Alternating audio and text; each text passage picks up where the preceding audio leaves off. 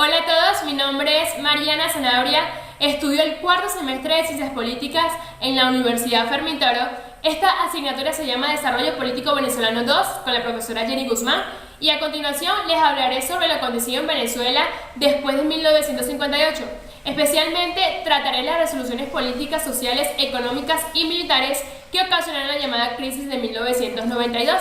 Bien, comencemos. Una vez conocida la noticia de la caída de la dictadura de Marcos Pérez Jiménez, a razón de un movimiento cívico-militar que logró derrocarlo, después de 10 años caracterizados por una excesiva represión a la disidencia y tortura contra los detenidos, así como también acciones de calles que tuvieron su momento cumbre en la huelga general del 21 de enero, donde todos los venezolanos ponen de manifiesto abiertamente su repudio a la dictadura, que llega a un 23 de enero de 1958, muy fragmentada a raíz de una crisis política y militar en el propio seno del gobierno. Así que ese mismo día, 23 de enero de 1958, culminaría la era del régimen perijimenista. Se iniciaría así en Venezuela el proceso de transición hacia la democracia con Rómulo Betancourt, quien asume la responsabilidad de la jefatura del Estado en uno de los periodos más difíciles de la vida del país, por tener que presidir la transición hacia el régimen democrático en un momento en el que la crisis fiscal y económica ocasionaba grandes dificultades en la administración. Pese a estas circunstancias, el gobierno de Betancourt logró iniciar la recuperación económica al propio tiempo que promulgaba la ley agraria y proponía a los países petroleros la creación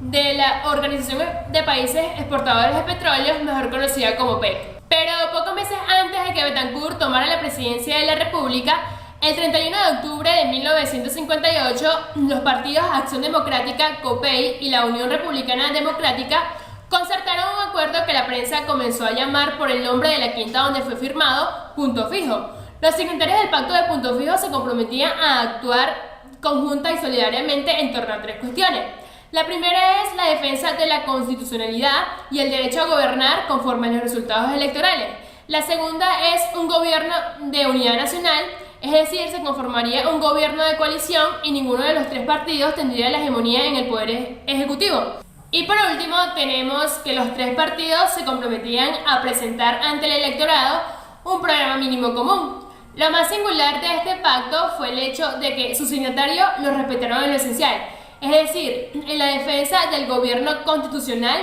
frente a las intentonas militares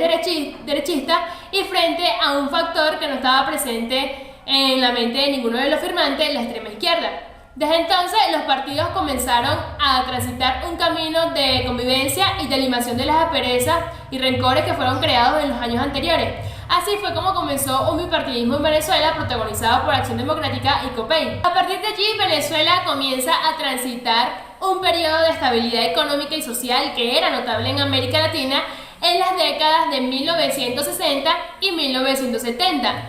Dicha estabilidad, por supuesto, que estaba basada en la cuantiosa entrada de divisas extranjeras, producto de la venta del petróleo, y en el alineamiento político con los Estados Unidos, principal socio comercial del país. En esta productiva etapa para el país es importante destacar la presidencia del candidato por Acción Democrática a las elecciones de diciembre de 1973, Carlos Andrés Pérez, quien resultó electo para el periodo presidencial 1974-1979. En este primer mandato, Carlos Andrés Pérez logró llevar a cabo importantes reformas gracias en buena parte a los ingresos extraordinarios derivados del aumento de los precios del petróleo. También nacionalizó la industria del hierro en 1975 y la petrolera en 1976 y puso en marcha un ambicioso plan de becas de estudios superiores en universidades extranjeras conocido como Gran Mariscal de Ayacucho. Sin embargo, varias circunstancias posteriores produjeron una caída internacional de los precios del petróleo durante los años 80 y los gobiernos de Luis Herrera Campin y Jaime Lucinchi se mostraron incapaces de diversificar la economía venezolana fuertemente dependiente del petróleo. Adicionalmente, políticas internas llevadas a cabo por ambos gobiernos fueron deteriorando la calidad de vida de la mayoría de la población y el modelo rentista petrolero que antes había sido exitoso comenzaba a colapsar frente a una nueva realidad mundial. Y desde entonces Venezuela comenzaría a transitar un largo camino de crisis económicas.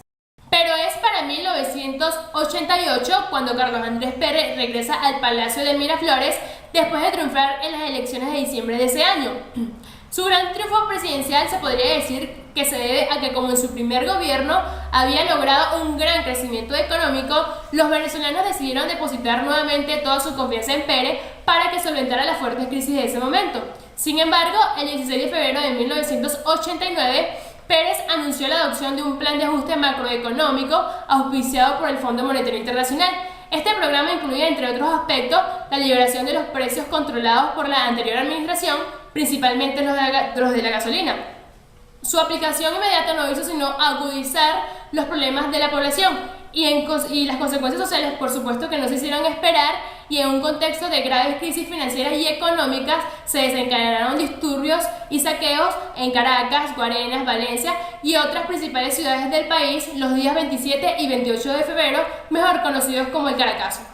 Además de tener que lidiar con un alto rechazo popular durante toda su gestión, Pérez también tuvo que lidiar con la oposición del Congreso, así como de sindicatos, medios de comunicación, intelectuales, incluso de su mismo partido. En febrero y en noviembre de 1992, su gobierno fue sacudido por dos violentas intentonas golpistas que, aunque fracasaron, terminaron aumentando la presión sobre Carlos Andrés Pérez. En la madrugada del 4 de febrero de 1992, Venezuela entera fue sacudida por un intento de golpe de Estado liderado por el comandante Hugo Chávez, cuyos dirigentes proclamaban su justificación en el deterioro de la situación social y en el aumento de la corrupción administrativa. Sin embargo, la sublevación fue derrotada por las fuerzas leales al presidente y sus cabecillas fueron recluidos en prisión. En ese momento, Carlos Andrés Pérez se comprometió ante la opinión pública a corregir algunos aspectos de su medida, pero aún así el deterioro político no se detuvo y el 27 de noviembre de ese mismo año se produciría una nueva sonada militar, esta de mayor gravedad que la anterior por la participación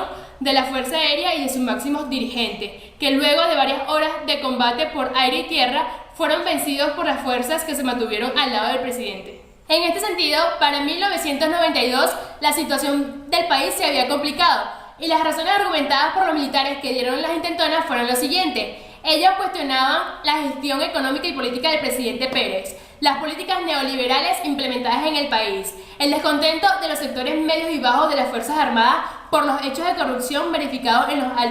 altos mandos militares, la subordinación de la Fuerza Armada ante un liderazgo político que consideraban incapaz y corrupto, y la utilización de la Fuerza Armada, especialmente del Ejército y de la Guardia Nacional, en la represión del Caracazo. En realidad, desde 1989, las manifestaciones, las huelgas y los brotes de saqueo no habían cesado. Todo esto desencadenó el desarrollo de una crisis política que terminó produciendo en marzo de 1993 la suspensión de Carlos Andrés Pérez en el ejercicio de su cargo como presidente de la República y su sustitución por uno nombrado por el Congreso Nacional para culminar el periodo presidencial. Finalmente es la Corte Suprema de Justicia quien condena al presidente Pérez el 30 de mayo de 1996 a 28 meses de arresto domiciliario por malversación agravada de fondos públicos.